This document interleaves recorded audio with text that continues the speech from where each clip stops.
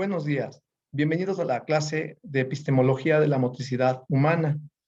El día de hoy vamos a desarrollar la sesión número 2 de la asignatura precisamente y como temática a desarrollar vamos a ver lo que es la psicomotricidad, un abordaje desde la perspectiva multidisciplinaria y multicontextual. Es muy importante también que les comente, les recuerde que desde la primera sesión les comenté acerca de las fechas de exámenes. Entonces, el primer parcial está programado para la sesión número 3, que sería la próxima clase que tengamos en línea. Vayan estudiando los materiales, repasando las lecturas que les comparto, que están escaneadas en PDF, y asimismo las presentaciones que contienen aspectos elementales y esquemáticos de esos contenidos para que pues lo puedan repasar sobre eso.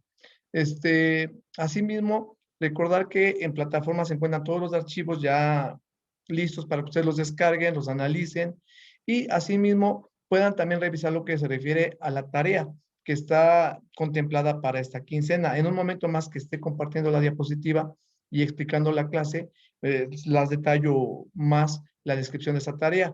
Recuerden revisar el instrumento de evaluación, pues, para la revisión de la misma, para que cumplan con los aspectos, los rasgos a considerar en esa evaluación y logren el puntaje total para su calificación de la tarea.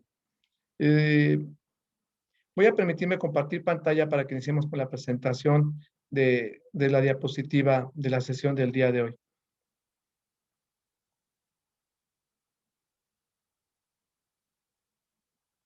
Bien, ya saben nuestra materia, epistemología de la motricidad humana, y vamos a comenzar con la temática referente a psicomotricidad, abordaje desde las perspectivas multidisciplinaria y multicontextual.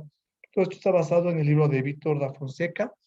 Los archivos ya están en plataforma, ustedes los conocen y los pueden revisar en cualquier momento. Esas son las metas que tenemos consideradas en la asignatura y la temática va a ser los modelos teóricos, definición, diagnóstico e intervención en psicomotricidad, significado neuropsicológico del control postural, equilibrio, significado psiconeurológico y significados filogenético y ontogenético del equilibrio, psicomotricidad y alto rendimiento, procesos psicológicos, aprendizaje psicomotor. La actividad que está programada para esta quincena como tarea es referente a la lectura biomecánica de los movimientos del deportista. Esa lectura ya está compartida en plataforma para que ustedes la revisen. Es de el autor que está entre paréntesis, no lo sé pronunciar bien, pero es Berkosanski, algo así. Lean ese apartado de la lectura que corresponde y hagan el reporte correspondiente. Analícenlo bien para que cuando lo desarrollen la clase que vamos a tener el día 3, pues ya tengan mayor conocimiento y existan menos dudas al respecto y ya concrete con la temática que correspondería también en esa sesión y que les voy a explicar al finalizar esta presentación. Bueno, vamos a comentar con psicomotricidad e investigación. Existen modelos teóricos en psicomotricidad.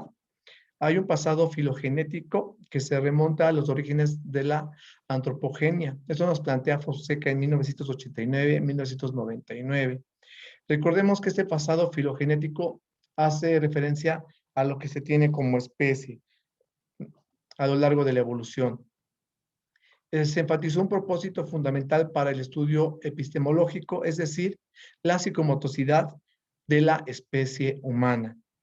Y estudio en su dimensión multiexperiencial, es decir, desde el recién nacido hasta el adulto de edad avanzada. Por eso es multiexperiencial. Ahora, psicomotricidad de investigación. En términos históricos, el uso del vocablo psicomotricidad se debe a Dupré en 1909-1925 y a Janet en 1928. Pero fue Tissier el primer autor que estudió las conexiones entre movimiento y el pensamiento. Wallon es el autor de referencia primordial quien le dio al término psicomotricidad la expresión teórica más sólida y coherente, manteniendo actualizados hasta hoy muchos de los abordajes conceptuales y de contenido sin nombrar su talento y originalidad clínica. También tenemos a Piaget, que le dio un enfoque biológico y sensoriomotor estructurado y constructivista.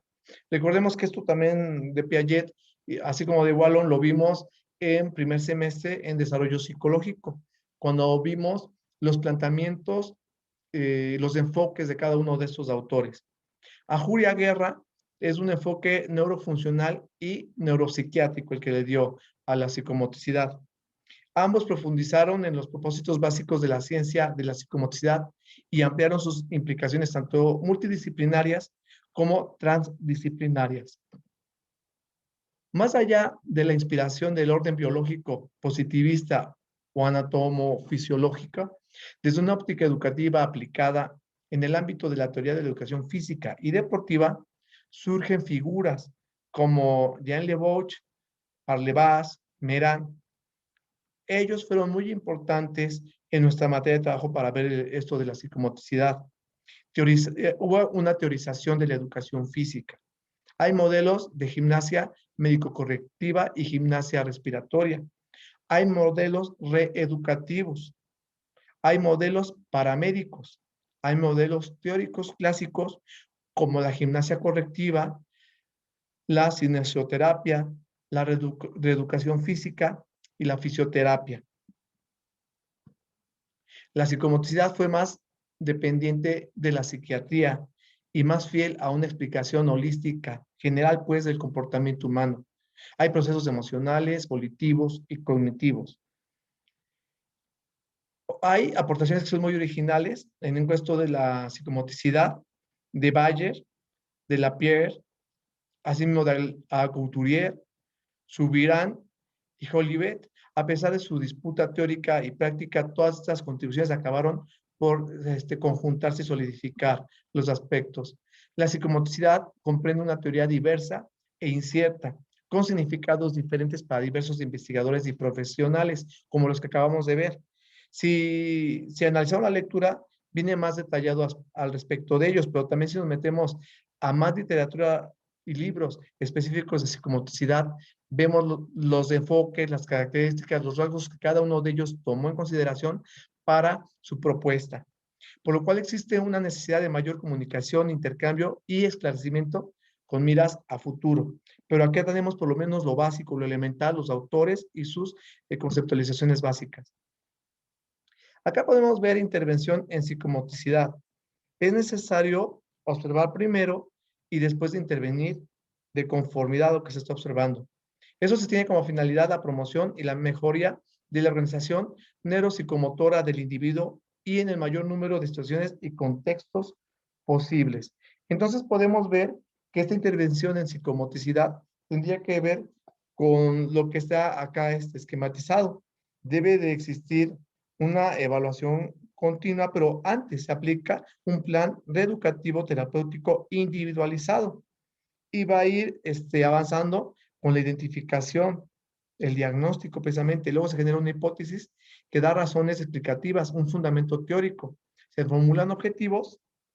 Después de esa formulación de los objetivos, se genera el plan correspondiente para que, dependiendo de su éxito o su fracaso, se proceda a lo que sería lo que habíamos mencionado de la evaluación, que tiene que además de por sí de ser continua, porque esta evaluación va a permitir corregir o hacer los cambios que correspondan para la intervención en psicomotricidad que se está haciendo en base al modelo que se esté planteando. Entonces, es muy importante que acá existe esa vinculación de lo que se está haciendo y lo que se está reflexionando en la práctica de la intervención. El significado psiconeurológico del equilibrio es de extrema importancia en el dominio de la motricidad, en la esfera de la adaptación o en el aprendizaje. Acá vamos a ver este significado neuropsicológico del control postural, porque como ya vimos es importante la adaptación en el aprendizaje. El equilibrio va a implicar control postural y el equilibrio refleja la integración del sistema vestibular, propioceptivo y cerebeloso con los ganglios basales y las estructuras del sistema límbico. Entonces podemos ver que en este control postural el equilibrio está implícito y es primordial. Dentro del control postural Lo que nos plantea Adán Fonseca es que existen centros de control, que serían los centros superiores, los centros intermedios y los centros inferiores. Los superiores corresponden a la corteza cerebral, los intermedios al tallo cerebral y al cerebelo, y los inferiores se refiere a los aspectos ya medulares de la médula.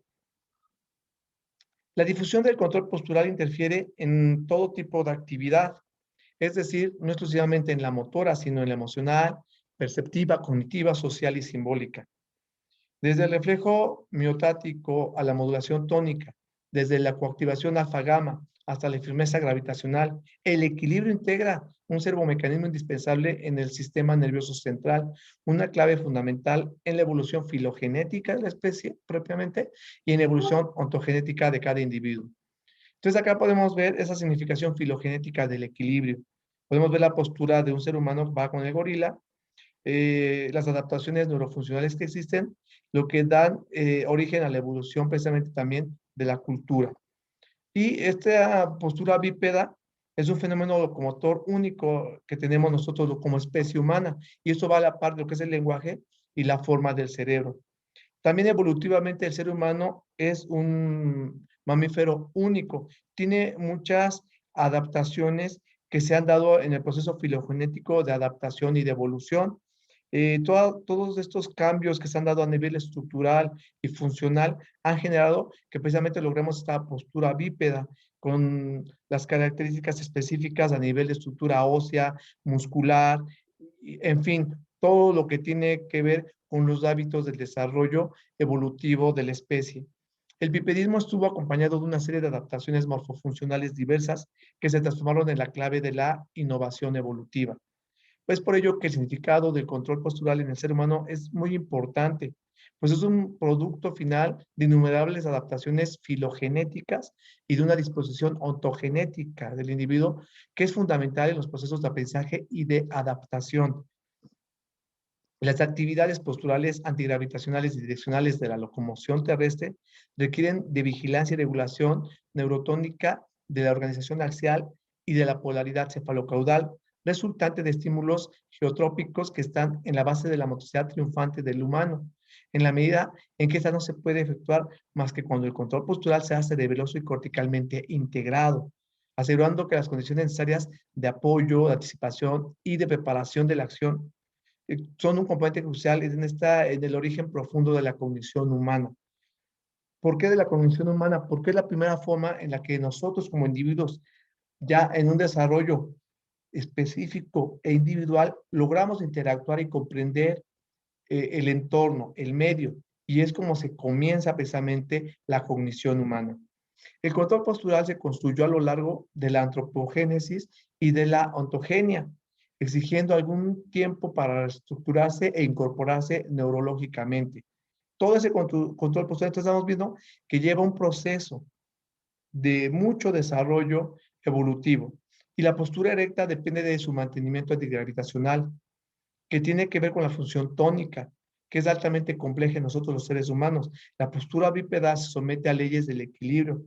Deben intervenir muchos reflejos posturales de origen filogenético, es decir, que vienen heredados a lo largo de la evolución de nuestra especie por nuestros papás y nuestros antepasados. Y al mismo tiempo, el desplazamiento y la fluctuación del centro de gravedad que se puede observar al provocar cambios posturales correctivos y se desencadena la acción de los receptores laberínticos visuales y somatoestáticos que dan ese control postural en la postura bípeda erecta. Entonces, la postura y la motricidad son dos de los componentes evolutivos. Tienen que ver con eso.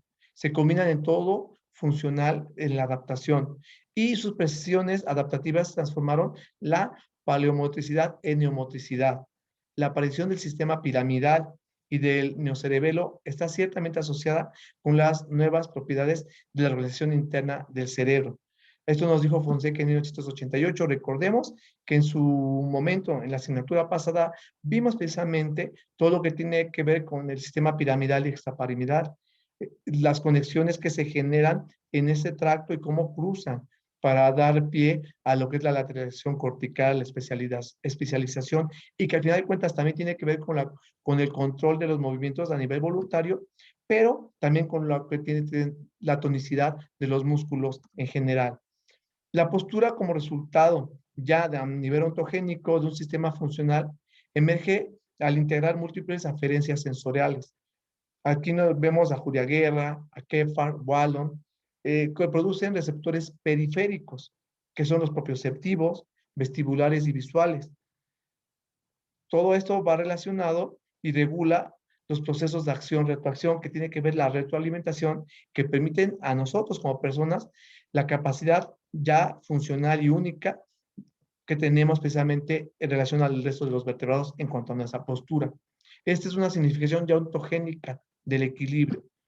Y ese significado ontogénico del equilibrio va a estar relacionado precisamente a lo que habíamos mencionado anteriormente, lo que tiene que ver con lo propioceptivo, los músculos, los tendones, las articulaciones.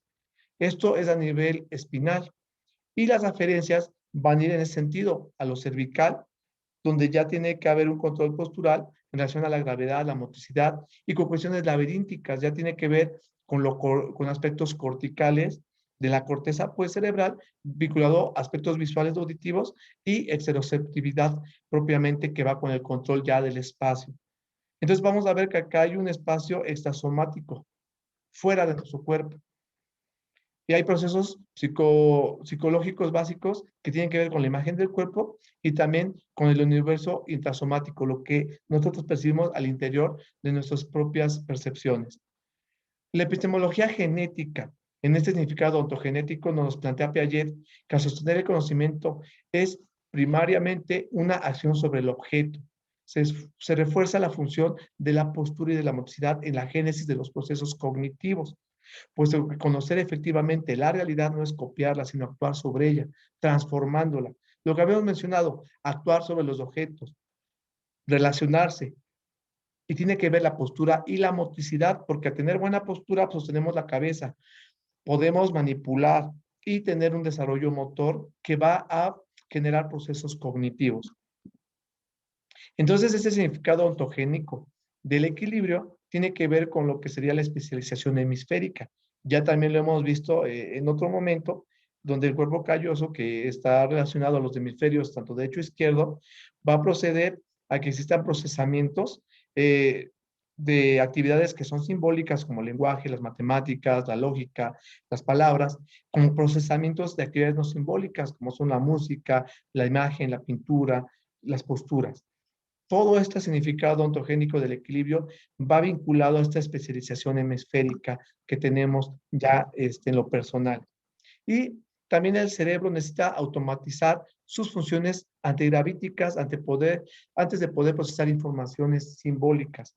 Lo simbólico es lo abstracto y lo otro es lo que es práctico. Las adquisiciones posturales son precondiciones de las adquisiciones específicamente humanas y de ahí su enorme importancia en el desarrollo cognitivo. Entonces, podemos ver que es muy importante, primero lo motor, porque de ahí surge precisamente la posibilidad de hacer adquisiciones humanas en cuestión abstracta. Y la primera fuente de conocimiento humano necesita la experiencia motora personal. Y esta no es viable más que bajo determinadas condiciones de estabilidad postural, que es lo que habíamos mencionado previamente. Y acá viene esta autogénesis postural, que es propia de cada individuo, pero que atiende a leyes que son específicas de los hitos del desarrollo que ya hemos visto cuando vimos, por ejemplo, desarrollo motor y educación postural el semestre pasado, que es la ley de próximo distal y la cefalocaudal. También lo que vimos en psicología del desarrollo, por ejemplo, con los procesos de mielinización, de las conexiones sinápticas, en fin, todos esos procesos vinculados al desarrollo psicológico y motor. Y acá podemos ver cómo se da primero un control cefálico, luego se da la reptación, una postura sentada que conlleva la aprehensión. Recordemos que está primero palmar y luego la pieza digital. La postura bípeda, primero con apoyo precisamente, y ya lo que sería el andar, la locomoción. Entonces, esta es la ontogénesis postural, cómo se va generando de manera esquematizada en cada persona a nivel ontogénico. Ahora vamos a ver lo que tendría que ver la psicomotricidad relacionada con el alto rendimiento. Alto rendimiento a la luz de los fundamentos de la psicomotricidad. Son especialistas de la motricidad humana, entrenadores deportivos, la motricidad, psicólogos del aprendizaje y de la acción, neurofisiólogos y neuropsicólogos. Así es como se relaciona el alto rendimiento con los fundamentos de la psicomotricidad. El alto rendimiento, recordemos, eh, tiene que ver con delicados movimientos procesados en situaciones de elevado estrés y prolongado control energético, así como detallada precisión y perfeccionamiento comportamental de la acción. Por eso es alto rendimiento, el aspecto productivo de la motricidad, sistema de performance, y por concomitancia en su aspecto integrador, procesal y programativo entre lo psíquico y lo motor, teniendo a la obtención de mejores resultados o de la concretización de un determinado éxito. Por eso se logra el alto rendimiento, se concretan objetivos, se logran resultados. Lo que sucede en el interior del proceso de aprendizaje, hay un cambio de comportamiento resultante de una relación inteligible entre situación y acción. Entonces podemos ver que la psicomotricidad va a generar y a favorecer el alto rendimiento si se trabaja adecuadamente. Si la mente no está en su máxima expresión funcional, el cuerpo, sus músculos, sus factores de ejecución motora no serán lo suficientemente capaces para obtener grandes resultados o éxitos, lo que no va a permitir precisamente pues, el alto rendimiento, un buen desempeño. Hablado en términos de alto rendimiento, el entrenamiento psíquico ocupa un lugar relevante junto al entrenamiento físico propiamente dicho. El desempeño o la realización máxima solamente posibles bajo una intensa concentración va asociado a un conjunto de profundas transformaciones en el funcionamiento cerebral. Y acá podemos ver precisamente los procesos psicológicos del alto rendimiento. Acá vemos que hay una simulación mental, una regulación motivacional, una sintonización psicosomática, mente-cuerpo, se tienen que coordinar, tienen que integrarse y hay una planificación motora. Entonces, acá esa planificación motora va a darse a nivel de corteza cerebral y también hay una inhibición psicomotora en su momento. Entonces, eso tendría que estar relacionado con lo que viene refiriéndose al alto rendimiento. Dentro de psicomotricidad de alto rendimiento, pues podemos ver precisamente que la psicomotricidad va vinculada a los aprendizajes o al aprendizaje psicomotor y por consiguiente nos va a llevar al alto rendimiento. Es importante que vean lo que vienen las lecturas para abundar más sobre lo que precisamente tiene que ver con las palabras que acabamos de estar desarrollando en esta vinculación de lo que tiene que ver con el alto rendimiento y lo que es la psicomotricidad, que es una lectura corta, que acá solamente está esquematizada, pero que ustedes pueden concretar al hacer las lecturas referentes a estos aspectos que están planteados ya de manera esquemática. Recordemos que la sesión, cuando es en línea, pues podemos desarrollar todo de manera amplia, pues en 2 horas. Ahorita se entiende que tenemos 20 minutos para abordar los temas y describirlos, pero acá lo importante que el aprendizaje también ustedes deben de generarlo, están todos los apartados de las lecturas en plataforma, ya los tienen, algunos los han realizado, entonces nada más es la manera de repaso algunos de estos aspectos. Entonces, para concluir, revisen los materiales que se han enviado a plataforma para apoyarse de lo que se acaba de plantear en estas diapositivas y consideren lo que se expuso de manera breve también. Para la siguiente sesión, para ya no extender más el tiempo necesario que nos marca la escuela, la clase grabada, vamos a ver lo que es la teoría y la metodología del entrenamiento deportivo y los subtemas que acá vienen. Ya alguno de estos está dentro de las tareas o la tarea que está programada para ustedes. Voy a dejar de compartir para poder iniciar nuevamente la charla con ustedes aquí por medio de la grabación de la clase. Pues hasta acá sería lo concerniente precisamente a la sesión número 2. Les vuelvo a recordar, revisen bien lo de su tarea, que tiene que ver con la lectura, que está ese reporte que van a hacer, plataforma la lectura referente a la biomecánica de los movimientos del deportista, para que ustedes puedan revisarla adecuadamente y llevar a cabo ese trabajo cumpliendo con los parámetros que vienen en el instrumento de evaluación que está también en plataforma. Pues para ya no abarcar más del tiempo que está programado para la clase y con la intención también de no sales demasiado, sugiero que repasen para el examen las diapositivas, analicen lo que contienen las lecturas, por favor. Ustedes recuerden que este nivel de estudios que ya tienen en el quinto semestre, ya deben de saber utilizar adecuadamente la información que se les proporciona, interpretarla, analizarla y reflexionar al respecto. Yo solamente en este caso estoy contribuyendo a transmitirlo de manera muy breve, pero ustedes pueden en las clases en línea sobre todo o por medio de plataforma en el chat hacer las sugerencias o generar las preguntas que correspondan a sus dudas en torno a esos documentos o a lo que se contiene en las clases, para que así las podamos ir solventando y resolver. Es mucho más interesante cuando estamos en clases en vivo, podemos interactuar con mayor riqueza y profundizar más sobre los temas. Pero bueno, ahorita la dinámica concierne a una clase grabada, esta sesión, y pues la intención es no hacerla tan extensa. Yo me despido, les deseo un excelente fin de semana, compañía de sus seres queridos, y síganse cuidando. Nos estaríamos viendo dentro de 15 días o la sesión que está programada. Ustedes tienen la calendarización que les di en la primera clase y preparen sus estudios para el primer parcial. Muchas gracias y éxito con sus actividades de las demás asignaturas. Hasta luego.